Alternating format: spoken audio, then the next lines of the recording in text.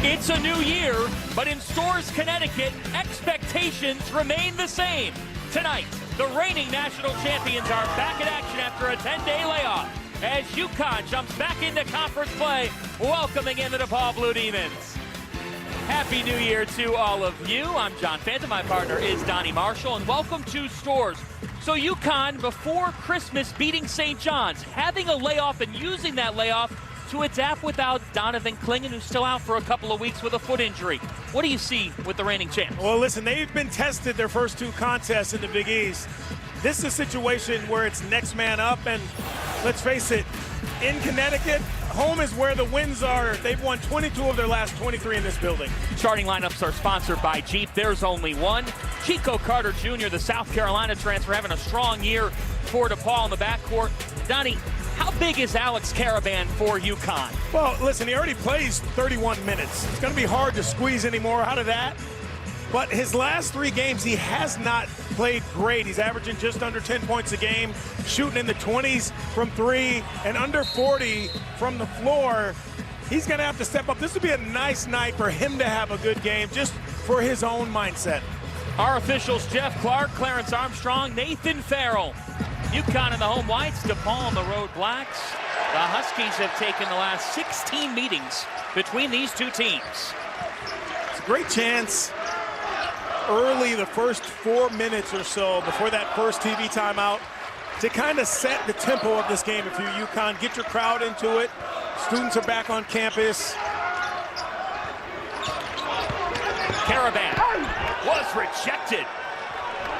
A vicious block by Jeremiah Oden. Yeah, there's some athleticism there by Oden. Caravan has to understand you might have to find some body when you're getting to the basket against a guy like Oden. Blue Demons coming off a win over Chicago State on Saturday. They were able to shoot well from 3. Oden off on his first attempt.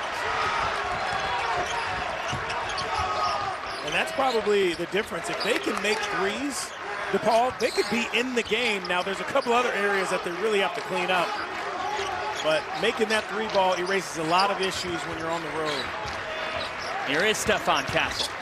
Up top to Johnson, and a turnover. Yeah, no, the scouting report is out. You know, Caravan really good getting to the rim, but just too much airspace between Oden. That's when you want to lean in a little bit, hit that body contact, and maybe get a whistle. It's a DePaul team that just had their full complement of players for the first time this season on Saturday. And that's not just talking about games. You need all those guys to have solid practices as well. Shot clock trimmed to 8. Down to 6 to the corner, it's Henley. And Newton with a foul.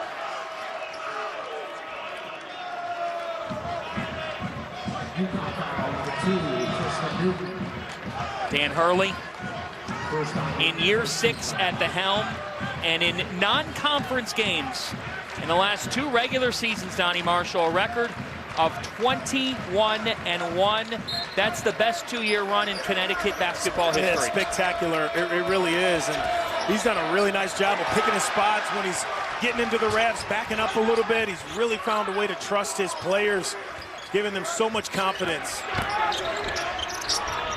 Spencer off to Johnson. Newton travel. Yeah, these are those games where you can't get lazy. You know, that to me right there is a pro bono turnover. They didn't earn it. It was free. You just gave it to them. Tony Stubblefield on the other side of this matchup in year 3.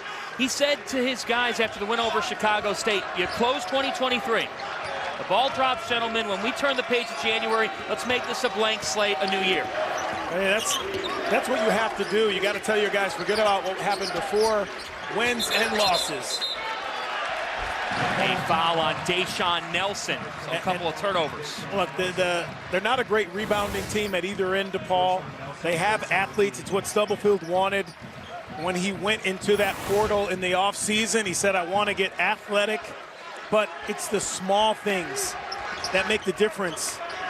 The fundamentals, setting good screens so you don't lose a possession. Those are the things that have really been hurting DePaul all season long.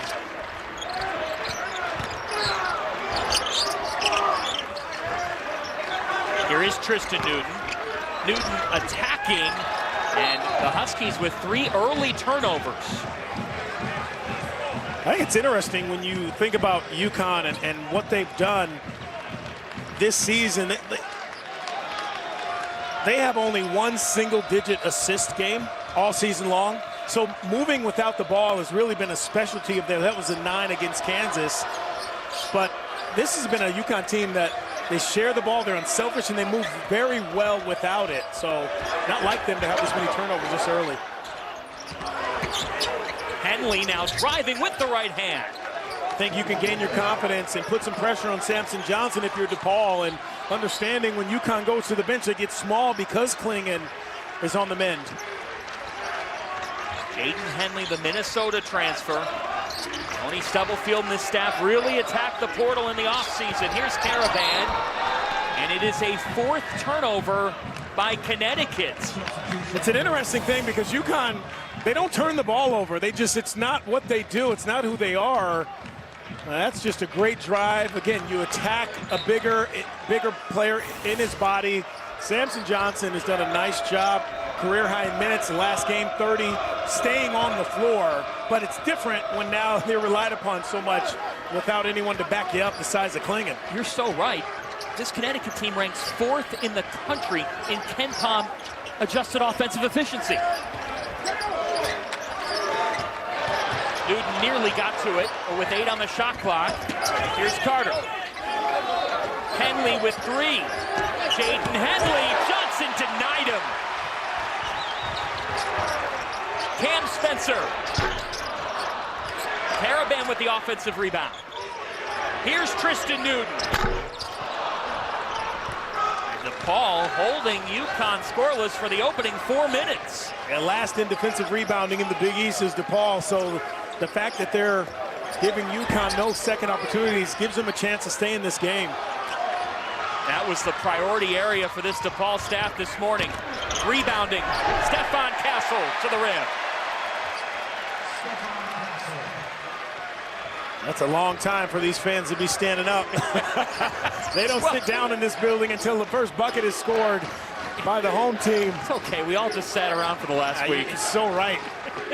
You're so right. Spacing for DePaul has to be a premium. You got to get out of each other's way. Too many guys jammed up. Henley with a head of steam. And again, Johnson rejecting that one, taking us to a timeout. Now, UConn players understand what it's like to play in this building. They've won 22 of their last 23 because of plays like that. We got a block party by Samson Johnson at the other end. The phenom, Steph Castle, finishing an easy one. 0-footer, timeout. On him with Donovan Klingon sidelined with a foot injury. And this is just early, a carryover of what Samson Johnson showed us in their last contest against St. John's. He had 16 points, you see it there. Career high 30 minutes. And what's so impressive about that is they were useful minutes. They were efficient. Off the ball, hands ready. His teammates respecting the fact that he can go up and get it. And Samson Johnson's been one of those bright spots on a team that there's so many expectations to repeat. And covering for that guy right there, Johnson's done a nice job of waiting his turn, and it's paying off right now. Samson Johnson. He was a teammate of Adama Sanogo in high school. Yeah. At the Patrick School. So he's been around greatness in terms of big men, the last 4, 5, 6 years of his basketball career. Shot clock violation. Yeah. On the inbound, they wanted to continue playing. I agree, John. You have, this is to me a situation where the refs have to overrule that buzzer on the side. That the violation, I get it. It goes. You don't need to blow a whistle. Let's go. We have the ball. Now you're taking it away from us because they've turned the ball over. So you're helping the offense who failed to convert. Let him play is what you're saying. Let him play. Here is Cam Spencer. Spencer getting separation and scoring. Wow, with the big body. Cam Spencer, tough kid. You know he can shoot the basketball. I don't think his toughness is talked about enough. His mental toughness, one, but also physically You stand next to him, you realize he's got some good size to him. Here's Jeremiah Oden. Oh, good move. Jeremiah Oden, and Johnson's having his own block party. 3 rejections. Such great activity. Start your break. Castle, an air ball. Yeah, it's one of those spots where he's been struggling this season. Only made 1 3 on the season, Castle, but everything can't be perfect your first year. I mean, got to be able to learn and grow a little bit. Got to have something to work on. Plenty of upside. Absolutely. Mac Etienne has just checked in for DePaul. Etienne with the turnaround in the right hand. And sometimes when you're a team like DePaul that struggles, you know you got 3 3-point shooters. You're coming from behind, you forget about your bigs down low. Caravan answers. That's big for him. It's a great throw ahead to Caravan and trusting that he's going to do something right with it. Good to see that ball go down for him. That type of momentum shooter is Caravan. Johnson with a straight up defense, but Fisher still scored. Yeah, you love those plays. Those to me are the plays that now put the onus on the refs to have to call. You've already decided we're going to go right into the big man's chest. They don't call it, you got to finish strong. Terrific finish by Fisher. You brought up DePaul's talent, Donnie. Elijah Fisher was a 5-star recruit out of high school as Castle commits the offensive foul. Elijah Fisher's coming off a 16-point game as well. One of the few bright spots DePaul's had this season. It's another one, you know, it's just the bigger, stronger guy against a smaller player. And, you know, I don't know what happened to the 95% of these calls are, you know, are going to be blocks. I don't understand when you're moving or you're sliding. But, again, we see that happen a lot early in college basketball seasons. Point of emphasis, and then it fades away once conference play comes. Now here's Henley. Transfer from Minnesota, one of 8 newcomers on this DePaul team. Down to Etienne and a travel. I don't know if it was a travel. I don't think he really had possession of the basketball, but this is because of the hands from UConn. Look at that. Solo ball in there. Samson Johnson ready to attack. And that's just real good activity with playing defense with your hands without fouling. Caravan again. Alex Caravan's ready for 2024. And that's big, again, for him mentally to see that ball going through the net. Talked about his last 3. He's 3 of 13 from 3-point range. He's already got 2 tonight. 9 points against St. John's last time out, but was battling that shot. And look at Castle. There's the part of his game that Dan Hurley loves. That defensive intensity. Yeah, solo ball does a nice job of getting his hands in. Again, playing defense with your hands without fouling. We talked a lot about Castle, but to me, solo ball, and probably because he stayed healthy and Castle missed some time, solo ball has really done a nice job of utilizing the minutes that he's gotten from Coach Hurley. You've brought this up. Now with Klingen out as well, this freshman class, who can step up from this first-year group? Some opportunities knock. Johnson, and how about the defense on the backside from Ramey?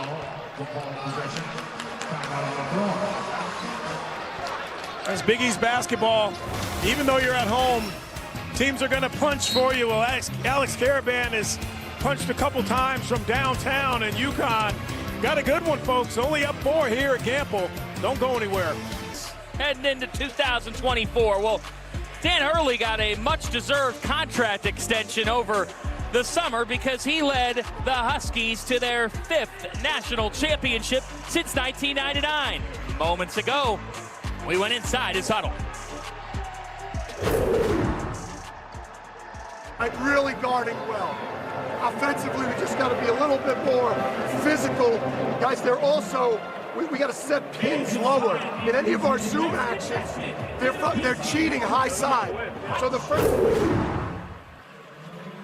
I like what he says just about being physical.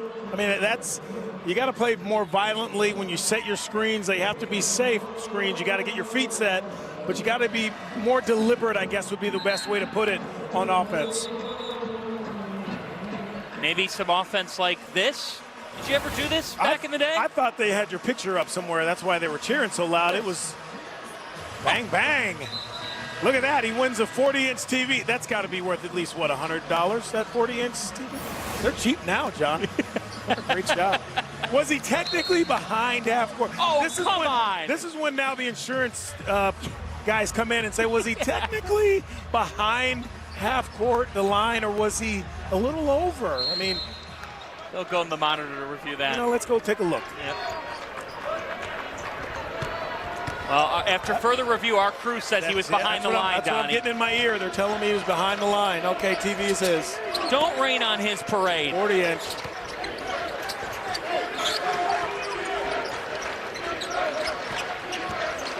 Shot clock at 10. It's been in the hands of Henley quite a bit early on. They'll keep it. The issue that DePaul's having right now, though, is they're getting downhill. They're getting downhill, though, off the dribble when they put the ball on the floor 4 or 5 times. Anytime you put it down more than, say, 3 times, a defense as good as UConn is going to be set, and they're ready and waiting for you. It has to be off the catch. Down to 5. That's in with the hand to Henley. Henley with 2. Step back. Tough shot. Yeah, I think it's terrific defense. Great job with the scouting report, understanding what the out-of-bounds under is going to be. It's a UConn team only allowing 64 points per game. That's top 3 in the Big East. And now a foul on Henley. I just think that DePaul is trying to do it too much off of the dribble. If they swing, switch sides of the floor, catch and then go, now you catch the defense by surprise a little bit. Now there's a read and a react defensively. Now the next guy is open. They're making it difficult on themselves because they're putting the ball down too many times before they attack the basket. Maybe it goes back to what we were talking about earlier with the fact they didn't have their full complement of players this season until December the 30th. Yeah, it's tough because you can't practice, 1, and 2, you just really don't know what your comfort level is with your rotations on the floor. And that's what Tristan Newton gives you with his size. He's not gonna, you don't see it in terms of his bulk and his weight, but he is aggressive, he is physical, has some great size at that point guard spot. Here is Newton. A fade pass to Johnson, but he got held. But Tristan Newton did about 6 things just on that catch. He showed a shot, he moved the ball to the right, showed another little hesitation, put it on the floor, showed a fake, and then threw it inside. He's just so intelligent from this, and it's a small thing, but as we watch him the rest of this game, he does so many little things that you'll never see in the box sheet, but that make this team so much better. Solomon Ball. Everything but the end result. 2 fouls, by the way, on KT Ramey. He just sat down for DePaul.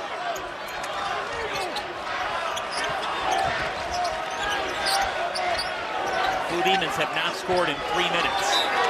And there you go. So now what happens is you dribble, get to the top, bad angle on the interior pass, and now you put your big in a bad spot. Just take a look. That's just a tough pass because your big now has to come out 4 more feet to catch that. He's not comfortable making a move that far, but great deflection defensively there by UConn. They're really being disruptive since the last time out. Terry. Jalen Terry from downtown. Yeah, that's big because when you get past Carter and Ramey and Oden, no one has taken more than 5 threes on this DePaul team after those 3. So you need other guys to step up and knock a couple down. You said it. Terry has struggled from 3 this season as Diarra can't connect. I love it. In the zone, you change the look, and the only reason you can get in that zone is because you make a basket on the offensive end. Look, as much as UConn's being disruptive, this is a 1-point game. We played 10 minutes, and These teams have only scored 19 points combined. And now a foul.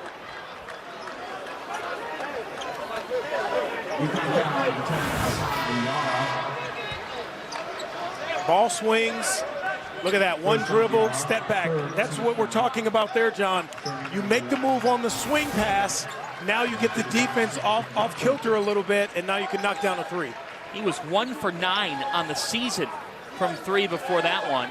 And it's interesting, I'm curious with your thoughts on this. A DePaul team that just played Saturday, a UConn team that has not played in 10 days. Yeah, that's tough. You don't get rusty, you get bored. You know, you're tired of seeing the same guys every day in practice. There's Henley from Terry on the back door, and the Blue Demons lead. And now a zone. Well, it worked once, changed the look, but when you're playing against a team with veterans like UConn, they can figure out those seams. Solomon Ball figured it out. The weak spots are the lines, the free throw line and the baseline. If you can get that ball to those spots, that zone breaks down. But you have to get the right guy to those spots. And now a foul on Tristan Newton. That's his second.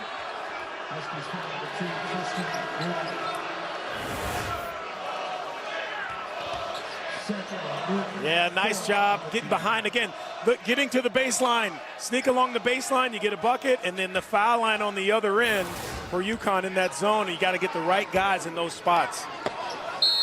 So Donnie, 2 fouls on the UConn star point guard, and he sits down. So it's Castle, Ball, and Diarra in the backcourt. So now we knew they were going to get smaller, UConn. Another nice backdoor pass, this time to Terry. DePaul has to take advantage of their size. Now it's small ball in favor of them. Terry driving, Nelson can't stick it back. Diarra to Spencer. Cam Spencer. That's where they're dangerous. Solo ball. Catch. I'll tell you what, he has grown up so much in such a short time. You can see it in his play, his confidence, but his body as well. That baby fat is all gone. Here they come at Gampel.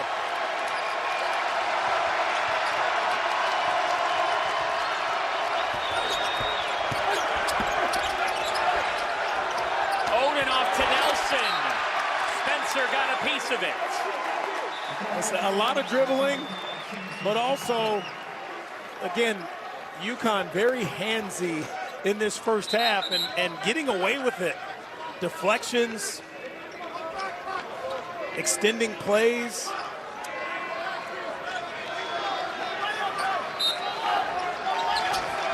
Eight on the shot clock, and Terry the inbounder, and a foul is called on Samson Johnson, taking us to a timeout.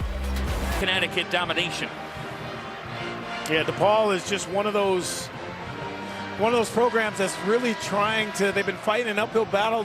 New arena not too long ago. Beautiful, beautiful gym in Chicago. You would think it's all set up for it to be perfect and then to be back there, but sometimes, you know, it's harder work for other teams, and UConn has figured out, listen, you got to take care of the ones you got to take care of. But we were joking earlier, and I was saying, did you see the record there, 50-9, the Big East? For UConn, Big East Conference doesn't matter. Regular season doesn't matter. They'll go through and lose every game, and then try to get into the tournament and then win the whole thing. What do you make of it? Because it's not like they're going up against lesser competition. No. We're talking Kansas, Gonzaga, Texas. It's scouting, and there's Samson Johnson picking up another one. You know, teams have time to scout you when you're in conference play, and every conference across the country, playing in conference is harder than anything else. You'll play some good out-of-conference opponents. Nothing as difficult as playing in conference, and that's now where you see Caravan's going to have to play essentially the 5 spot. If you're going to put numbers, at this point you don't put any numbers on anybody. So with the foul trouble, as that's an air ball, UConn having to tinker their lineup as from behind a foul is called on Carter. And a great opportunity for DePaul to understand you got to get downhill. You can't settle for jump shots unless it's late clock situation. And anytime for young players, anytime you come down over the top of the ball, the palm of your hand is facing down, it's easy for the refs to call. If you come from behind and the palm of your hand is going up towards the ceiling and you're trying to steal that, you can get away with that. That's an easy call for the ref when you slap downwards on that ball. Caleb Murphy just checked in. He's been out the last 5 games with a wrist injury. Cam Spencer from Diarra. Just can't happen. Now here's the issue. And now a line out of bounds, a foot out of bounds for Odin, and UConn's going to get it back.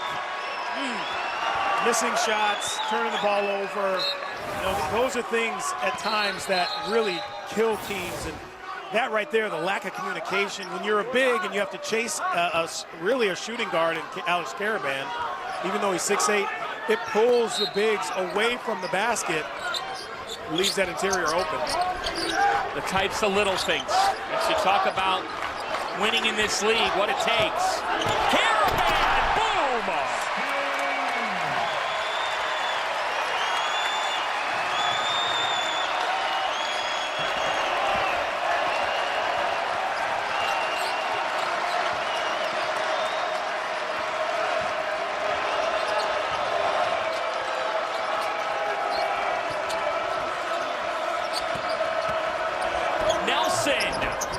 Answers and breaks up a 9-0 run.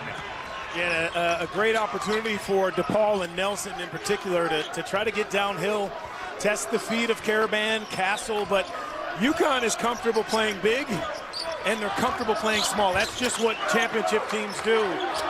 No matter what style they play, you know they're comfortable in their skin. Kristen Newton, Samson Johnson, 2 starters out with 2 fouls right now. Hassan Diarra, count it.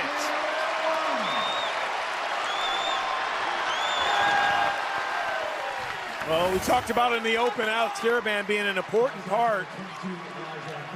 You know, it's not just the bigs that can step in when another big goes down. There are other parts, and Alex Caravan is one of those guys, and his teammates know it. They want to find him. Dan Hurley running plays for Alex Caravan. He knows that not just for this game, but the confidence level is so important for a guy who's been struggling.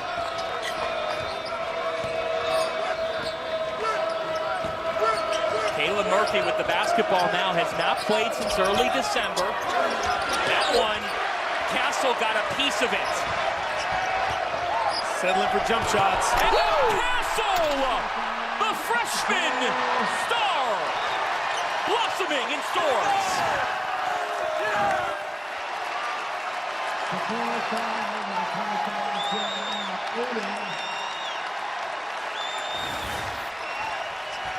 How about the concentration? Take a listen. The pass, Diarra heads up, but the concentration from Steph Castle to catch and finish strong enough when he got pushed, and they called a foul. Chance for an and one. A 14-2 Connecticut run. And it's come with multiple starters on the bench with foul trouble. You learn a lot about your team, not just when things are going great. I think you learn more about them when, you know, you have some stress on you, and UConn had some stress the first 10 minutes of this game. Nelson out of control, and here's Caravan. How about the way they collapsed, though? 5 white uniforms inside on that move. Now Castle again, and he's fouled.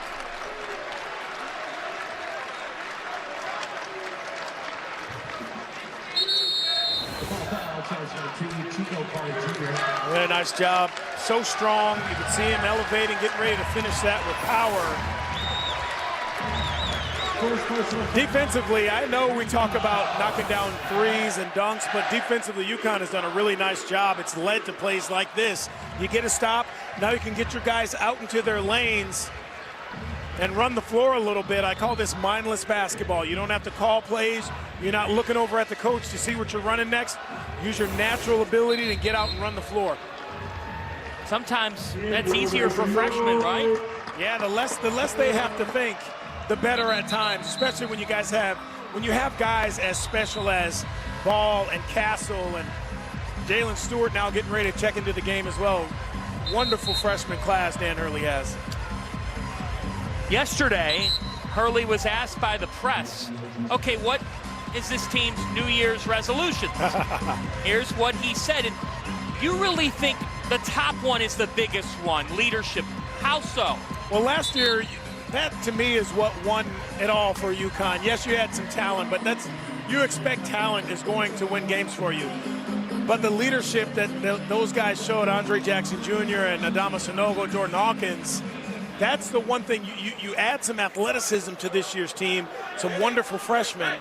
Where is the leadership coming from? Because all the guys coming back besides Tristan Newton haven't really been, coming into the season, haven't been in a position to lead. And I think that, to me, is the one that stands out the most. Leadership can win you a lot of games. Guys know what it's like to be there, and they've done it before. Here he is, Stephon Castle, talking in the preseason about how much he wants to be that next great Connecticut guard. He's not thinking about the NBA. You said it, Jalen Stewart checking in as well. So more freshmen here in this first half for UConn. They go a little bit thinner without Clingan. With Clingan, they go 8 deep. Now it's 7, and with Samson Johnson going to the bench, you give other guys like Ross and Stewart a chance to show you what they have.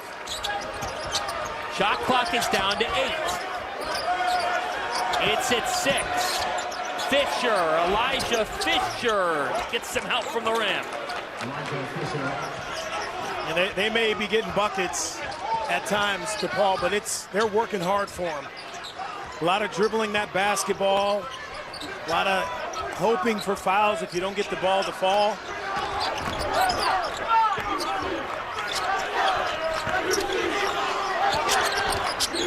Hassan Diarra, the kid from Queens. Not his specialty, but when he's knocking down shots, especially from deep, this team they are a problem. And he's not a guy that's going to beat you from there, but if he can make a couple, wow. Huskies 4 of 8 from downtown. Here is Chico Carter. Shot clock's down to 7. Again, they go deep into the timer. All 3 of these, Elijah Fisher again. But again, off the pass, John. It wasn't a dribble again, dribble some more. It was a pass, bang, bang, play, catch, shoot. Caravan off the window. Yeah, once he gets it going, that basket just gets bigger. It's like a hula hoop for him. He's got 10. 7 straight made field goals for UConn.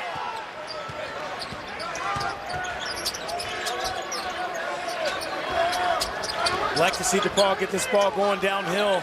No shot blockers in the game. We've been talking about it. Terry, shot clock again at 3. Here's Carter. And another shot clock violation.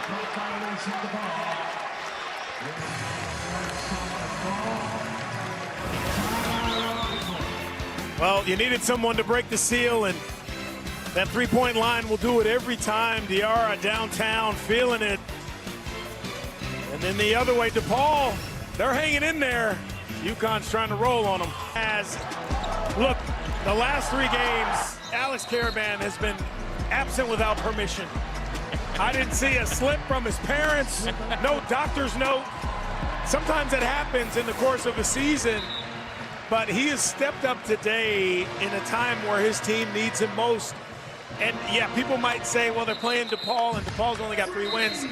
It's so much more than that. It's so much bigger than that. With Clingan down, right now he's showing his coaching staff, and they already know this, that he can step in and play multiple positions and give them what they need when they have to play small. You've been around a lot of players. Where does Caravan's competitive nature stand for you? It's up there, obviously, or he wouldn't be wearing that uniform. It's just, you can't come to this school, no matter who the coach is. You can't come to this state and play in this building, wear that uniform if you can't compete. If you're going to cower to competition, and I just think he's one of those silent leaders. Plays, he's not Donnie Marshall that has to tell everybody in the building what he thinks. And I love that about him. He's one of those just quiet confidence and obviously a talented player, Alex Caravan. You tell everybody what you think. Well, when I was a player, I did. No one will listen now. You're barely listening to me. I see your eyes glazing over. A foul on Solomon Ball. UConn in the penalty.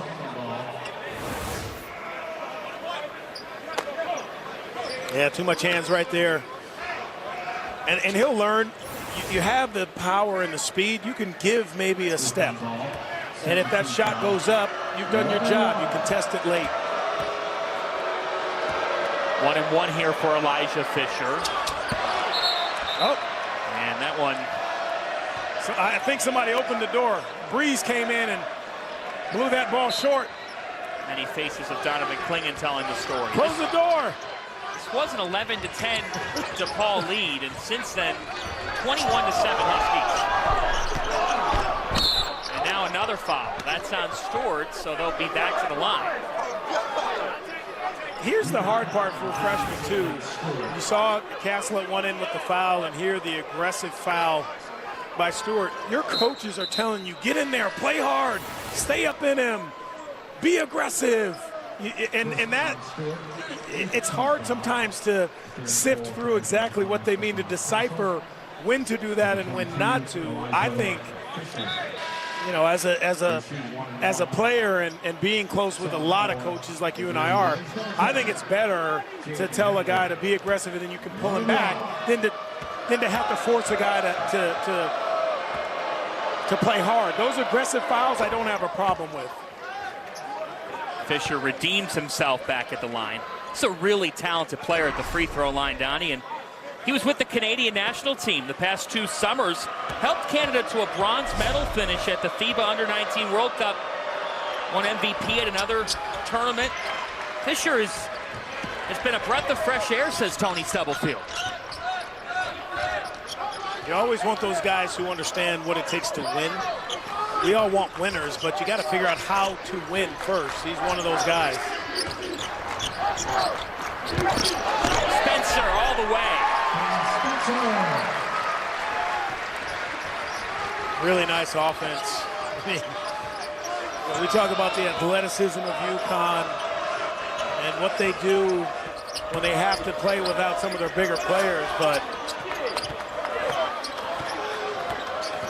their offensive sets are second to none. Henley stuck. Castle defending him. That one a little long as Ball provided some help. The freshman doing work. Spencer again.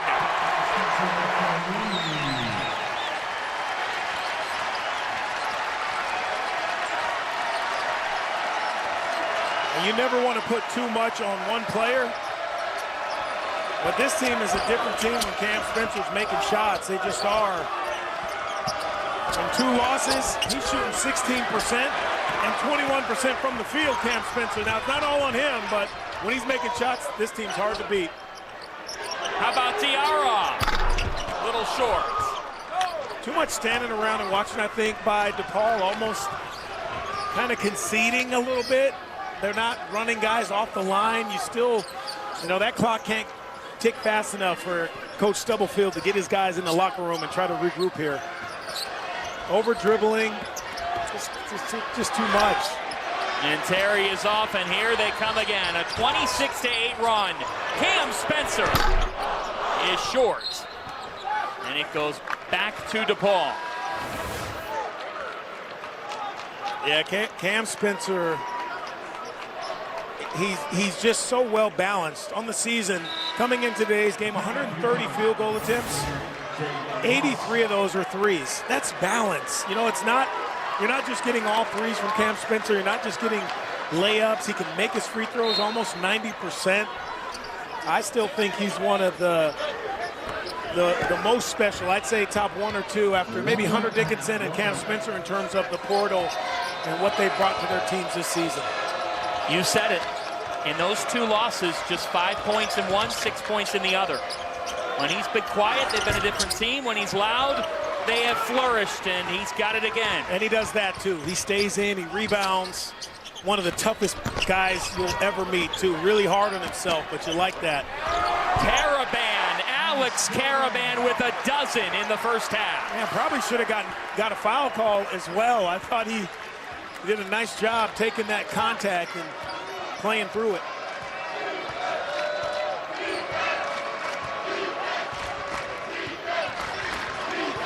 UConn on a 28-8 run. 1 second difference between shot and game clock. Here is Carter. Dishes it out to Ramey with 3. Ramey in and out. Caravan to Spencer. A whistle. And it came in just after the horn. It's the half. Wow, that whistle was before the buzzer.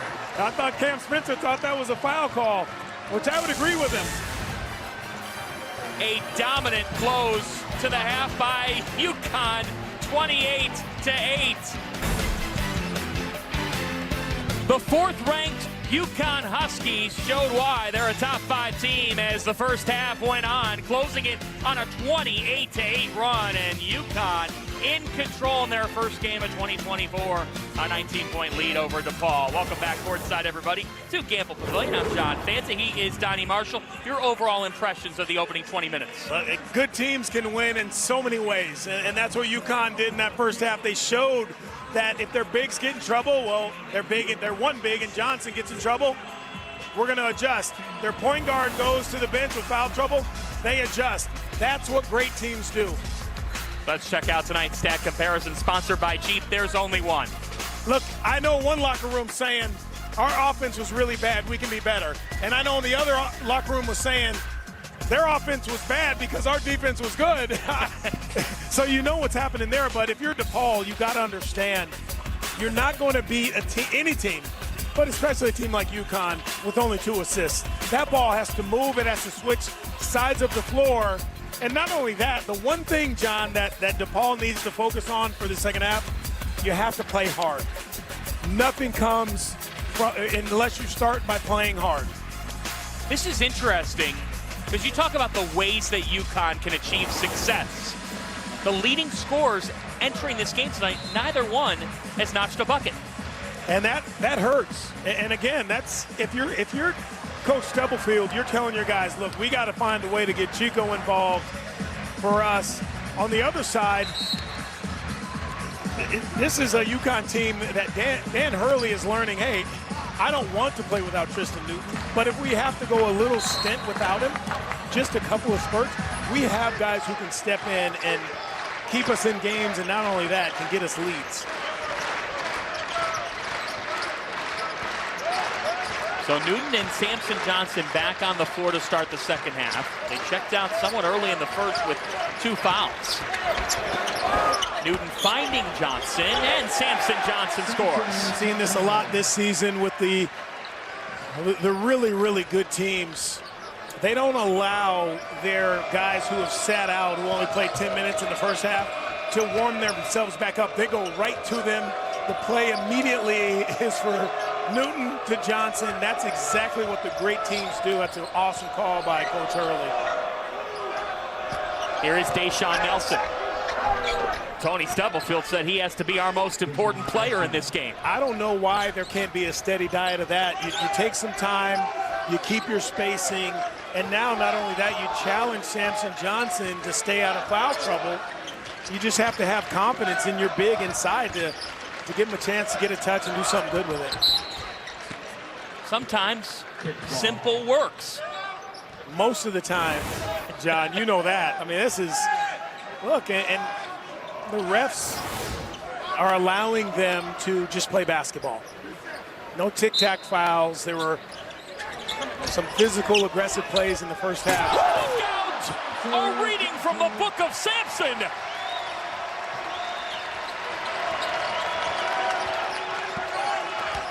You got to give credit to Kamani Young and Luke Murray and Tom Moore, the assistants for Dan Hurley. They draw up some plays, out-of-bounds unders, offensive sets, second to none in the country.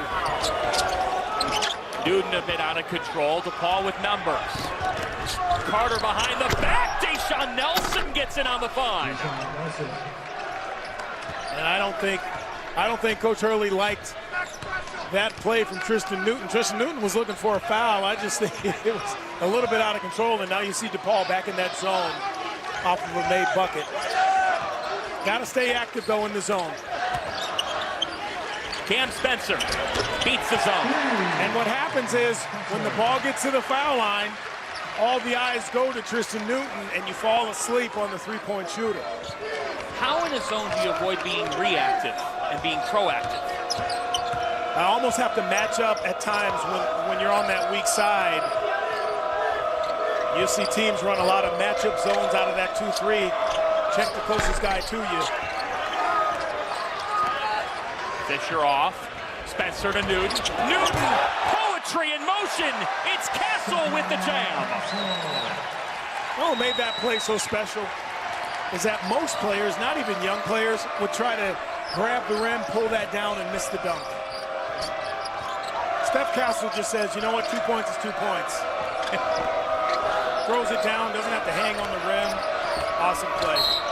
And a foul. Out of bounds under.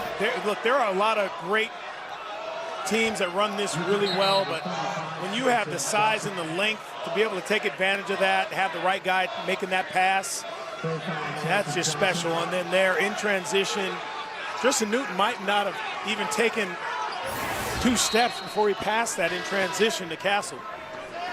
The foul was on Samson Johnson. That's his 3rd. So Solomon Ball comes in as UConn will go small again and put Caravan at the 5. That's a smart play by DePaul, though. Throw the ball inside.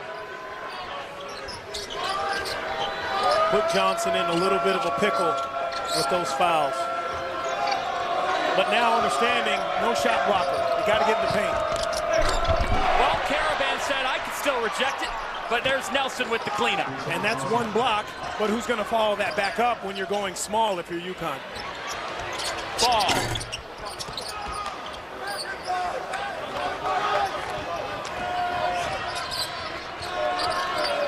Can they keep attacking? 2 for 9 from 3. Caravan with back-to-back blocks, and then he was able to hit that off of the foot of Henley. There is Alex Caravan to a T. I mean, Henley's out of bounds. This is a smart play by Caravan. Caravan's inbounds. This ball's still live, then he just knocks it off of Henley.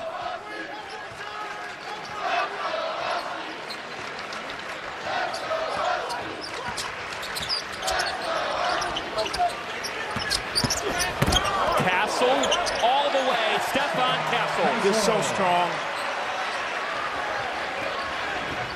I think that was a little bit of a flop. I think it was a good no call by the officials there.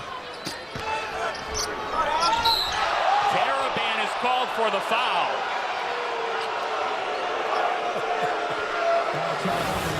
He didn't like it. No call. It actually could have been a block. Could have been a block. Feet moving out of position here. Alex Caravan has done a little bit of everything. Now he's a shot blocker. Caravan has helped lead the UConn Huskies to a commanding lead on DePaul, and the Huskies with 26 points in the paint. It's interesting because most of those points, if you think about, if you see a box score, you think, oh, wow, they have some dominating bigs. Samson Johnson's caught a couple of alley-oops, but this is mostly their guards, their small guys. Again, it shows their attention to detail, knowing that there really are no shot blockers for DePaul. They're running great motion out of their sets. The primary breaks, guys are getting out into lanes, giving each other some space to run those lanes, and they continue to be unselfish with the basketball. Outscoring DePaul just by points in the paint alone, and there's the balance of this UConn team, Donnie. Yeah, that's where you know that you have 3 guys that understand it's not just about, it's not it's about us. You know, Tristan Newton has had triple doubles. And by the way, Tristan Newton, the only guy on the floor in this game tonight that has a double-figure rebounding game. So he can give it to you on the glass. Points, obviously, we know he passes the ball, but to have that wherewithal to say, you know what, I got to get guys involved. That's why they have that good balance, because they have a terrific point guard in Newton. 16 points, 7 rebounds, 6 assists per game. He's getting on All-American consideration radar. Not one other player in this game has had 10 rebounds in a game this entire season, except just unheard of. Short on the 3. What I love is this UConn team has 15 assists on 20 made field goals. They lead the Big East with almost 18 a game. So you shouldn't be surprised. And this DePaul team, the officials will converge and keep it with the Blue Demons. Conversely, 3 assists on 11 made field goals. A big difference there in this game. You can't win a game like that at any level. Henley is off. Newton with the vision. Nice dish for the bucket by Castle. He's got 12. Look, and if you're Tony Stubblefield, you're not even running any plays. You're saying, look, just go compete. Play hard, have some pride in both the name on the front of your uniform and especially the one on the back. Don't worry about the score. Let's try to win this next 4 minutes. Nice backdoor pass from Nelson to Fisher.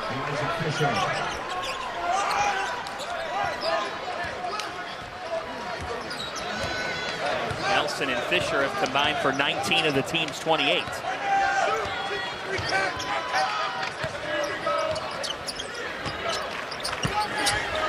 Castle, and he gave it away. Yeah, it's all about understanding what you're supposed to do at that high post when you catch that ball.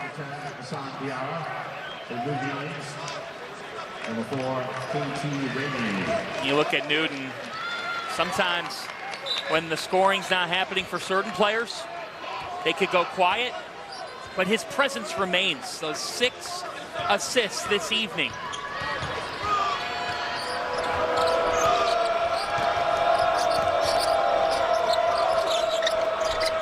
Here is Nelson, he's doubled.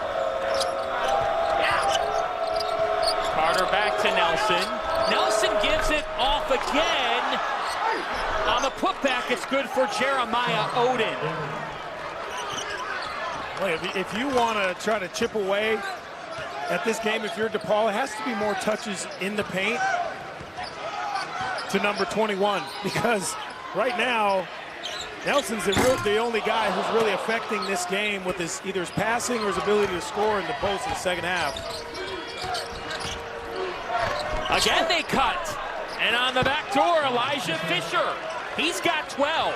And now it allows DePaul to get back into their 2-3 zone,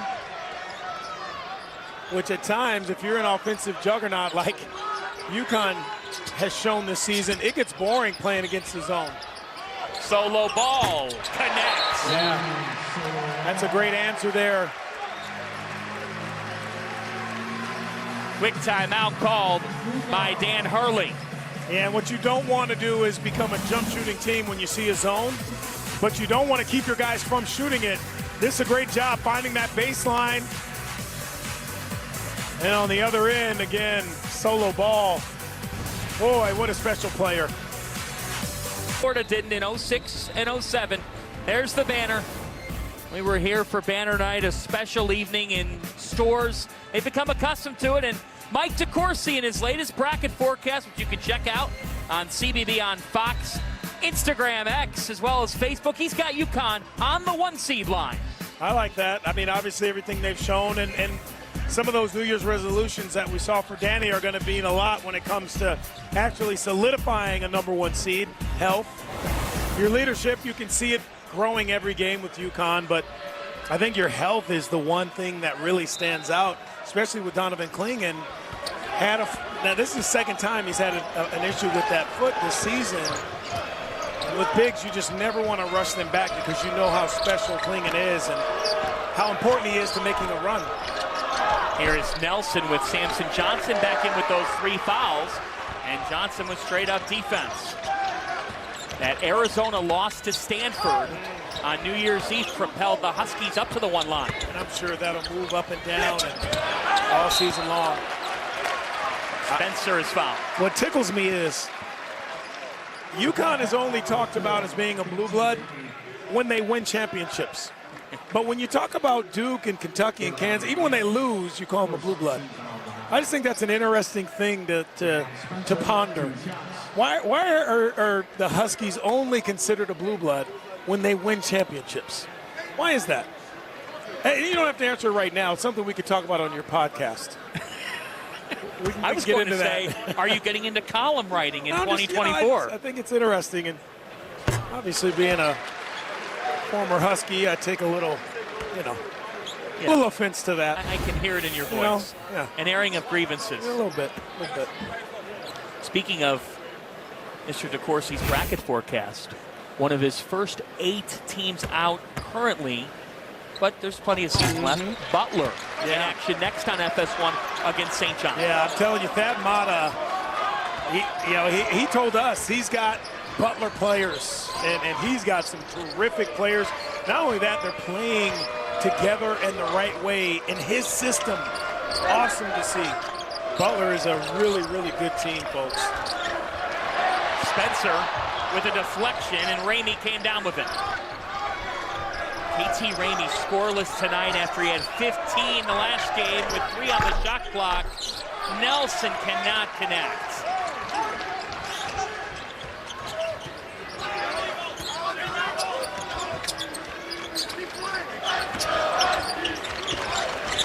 Ball. A little bit long. Hassan Diarra with the offensive rebound. And Diarra's efforts pay off. How about that? Hassan Diarra just digging that rebound out. Donovan clinging out, but for UConn thus far, it's been no problem. Things like that, I love that they're going places. Look at that. 4 games versus AP 15.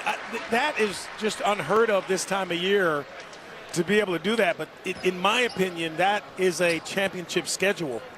And you're learning a lot about yourselves. I always say if you're not winning, you're learning. And they learned a lot about themselves against Kansas. Obviously, season conference play starts, and they've learned a lot about themselves in Seton Hall. In the current net rankings, UConn at 9. That's the highest mark in the Big East, with Marquette at 10. A foul on Johnson. That's his 4th. Yeah, they gave that to Diarra. That's a great job by Hassan Diarra to raise his hand and go to the official knowing that Samson Johnson's in some foul trouble. That's a heads-up play by Diarra. That's a hook right there that they missed. Elijah Fisher back to the line, the leading scorer tonight for DePaul. You've been bringing it up, ball movement, connectivity. Is there another big picture thought when you're watching DePaul that they can focus on as January goes along? Look, this is about the time where you find out what your identity is, and Coach Stubblefield said he wanted to be more athletic. I think they are more athletic. The only way you can find winners is by winning. And right now they are really struggling to find even winning multiple possessions. Just a tough place that DePaul is in right now, and Coach Stubblefield. Spencer with 1 on the shot clock is short. By the way, the officials convened and assessed the foul to Diarra moments ago. So Johnson's count is still at 3. Yeah, well, Diarra ran over to the ref and put his hand up and said that was on me. That's a smart play. They were heading towards putting up 35. Here's Fisher. And now Diarra commits another foul. That's his 3rd. Yeah, no question who that foul was on. Diarra doesn't have to raise his hand on that one. Did you ever step in and raise your hand to take credit for the foul? Yeah, it depended on who it was. I don't know if Ray ever did that. For Ray Allen, yes. For Daniel Marshall, no, never. Not once. Never for Daniel. It was that Marshall. Yeah, definitely that one. When you talk about talent that they do possess, we've seen it from Elijah Fisher tonight. We really have. And the one part about being a coach, and again, you and I have a lot of close friends who are head coaches at this level, obviously at the next level, the confidence of one, but also when you have a couple of guys who are your stronger personalities and they're playing well, you want them to lift everyone up. But what happens at times is the players who aren't playing well or can't function in a losing situation, is they pull those good players down. And that, to me, is the hardest situation for a coach to be in when you're not winning. How do you get the good players to lift everyone else up instead of it being the other way around?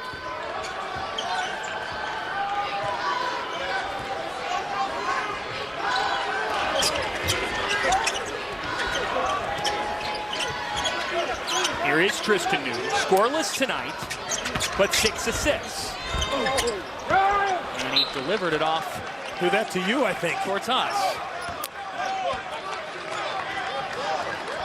Stay shot ready. Your hands weren't ready, though. They were not.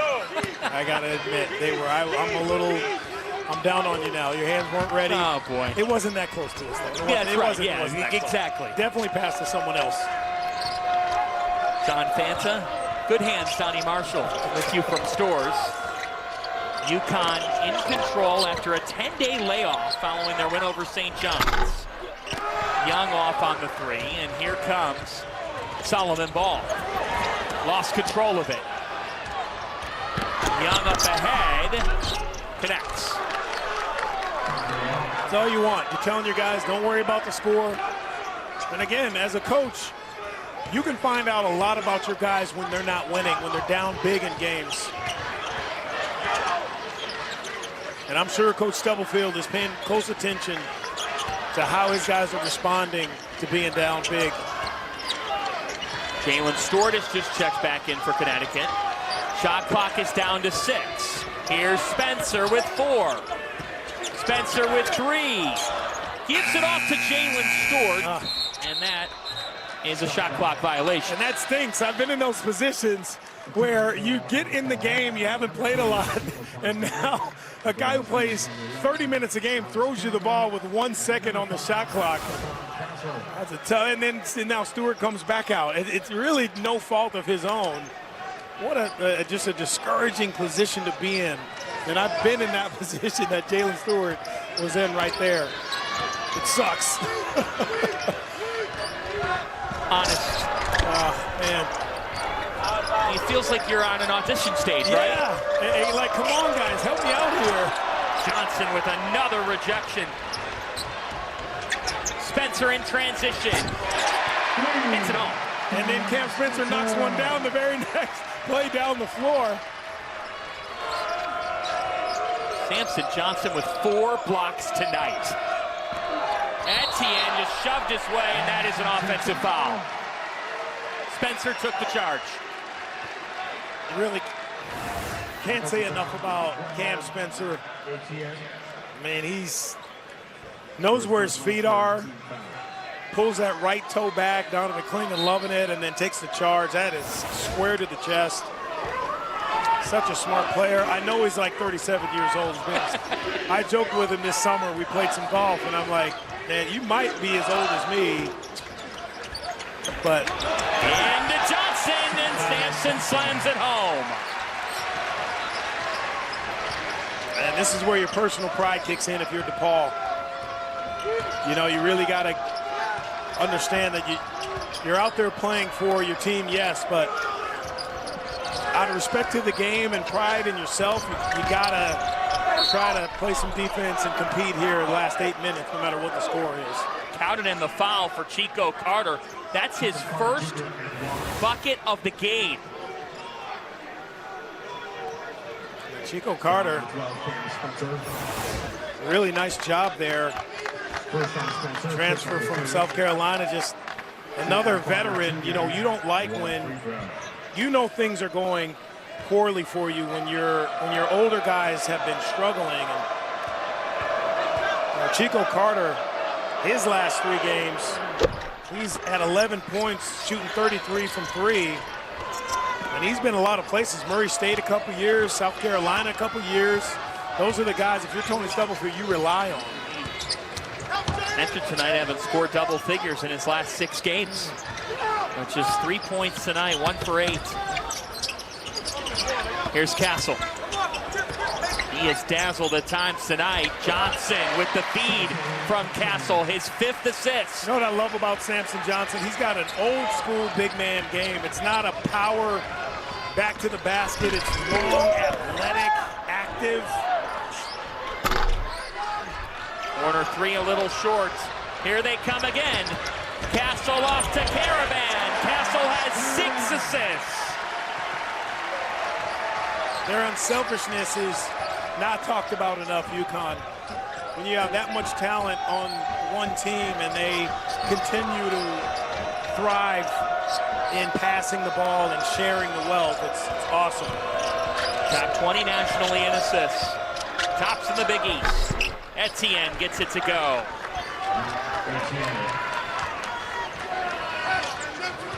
I love the energy Tony Stubblefield showing on that sideline, though. He's down in defensive stance. He's still coaching his tail off.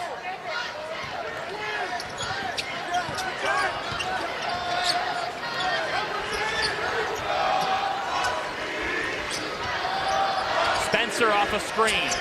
Cam Spencer's automatic. He's got 20. Mentioned to you, Cam Spencer is a good golfer. About a 4 or 5 handicap. Wow. Yeah. He can play. He talks a lot of trash, too. Look. Talks a lot of trash. Let me tell you. But he's got game. He does. And Samson Johnson here, really nice entry pass. And when you're shooting like this, you can talk as much trash as you want, Cam Spencer. Country. How about these stars tonight? This duo, the way they lit it up with 7 combined threes. It was a slow start, but and they scored in so many ways, John. It wasn't just shooting threes. It wasn't just layups. I mean, just the balance of the way those two guys scored the ball tonight. And it was contagious. Diarra got into it. Solo ball early was scoring. Stephon Castle at the rim. Career high 7 assists for Castle. So it's, you know, when they say turnovers are contagious, but the good things are contagious too. Sharing the ball, rebounding. Castle with those 7 assists off to Ross. Here's Ball. Another battle for it, and DePaul will take it. 62% from the floor for UConn. Best mark of the season. And there's Nelson. Yeah, Ross got no better than that. Stay at home. He's one of those guys who likes to play those passing lanes. He's got great spatial awareness on the court. Just a little bit too late on that steal. Castle with a Euro. Stephon Castle with 14 points and 7 dishes. Awesome balance there, using that strength and powering it up at the end. Foul on Diarra, his 4th, and Dan Hurley not pleased with the foul this late. Dan Hurley is a coach that most of his career, I don't think he's had blowouts the way he's had them since in the last couple of years with UConn. So he's just, it's in his system to continue to coach up 30. Like you're down 30. That's who he is. And I think if you love basketball, that's endearing. It really is. It's awesome to see that he's not just sitting down like, okay, we've won this game. He's respecting the game by continuing to coach no matter what the score is. And he is a numbers guy. And he looks at the net rankings, which we brought it up earlier. Yeah. UConn's 9. The net gets impacted by margin of victory. Yeah. It's the new way of college basketball.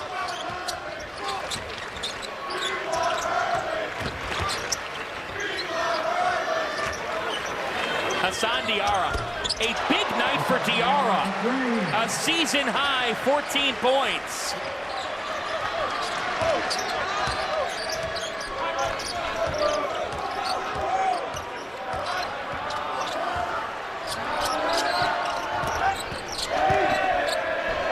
Fisher couldn't connect, and there's Nelson. So Nelson and Fisher with a combined 36 tonight. Now a wet spot on the floor. We talked earlier about Dan Hurley. How about his record at Gampel Pavillion? Wowza. Pretty special. That 22 is about to turn into 23 of 24. They have been dominant inside this building, and there's something about this building, as you well know. It's a different feel. They also play in Hartford, which is about 30 minutes away, 35 minutes or so at the XL Center, but you don't have the, it's just not as cozy, I guess. You know, the students are close here, they're loud, they're engaged. None of them have left. It's a different atmosphere in this building.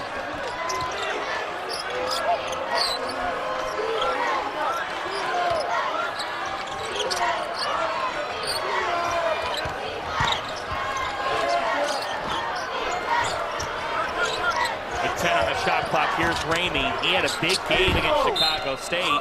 Is fouled here with 7 on the shot clock. Well, they've been great at home. They're about to move to 12-2.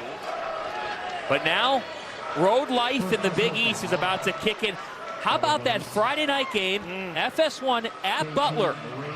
You talk about a crowd. You talk about a building that's into it, that's knowledgeable. Butler, their fans there, their students there. Again, they're second to none. There are a couple really great buildings to play in. Butler, Creighton, Providence, I think is, to me, in my opinion, Providence might be the hardest place to play in the entire conference. But you go to Butler, it's not just the team you're playing against, a new and improved team. You also have to think about those fans. And then you go to Xavier after that, same deal. Awesome fan base. You all just saw Andrew Hurley check in, the son of Danny.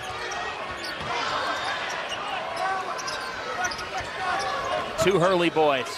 That one a little bit long. Offensive rebound though. Stewart making another hustle play. Romaglu can't hit.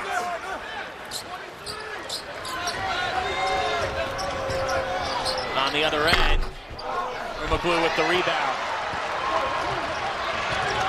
Students love when those guys who don't get a lot of minutes get in the game and do something special.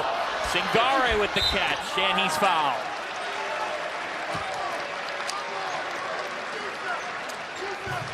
On the other side for the Blue Demons, well, it gets no easier in this conference. A game at Georgetown this weekend, and then Creighton at Villanova, Providence at Butler.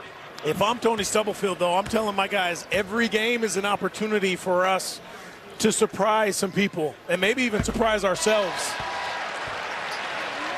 I mean, that's how you have to approach it.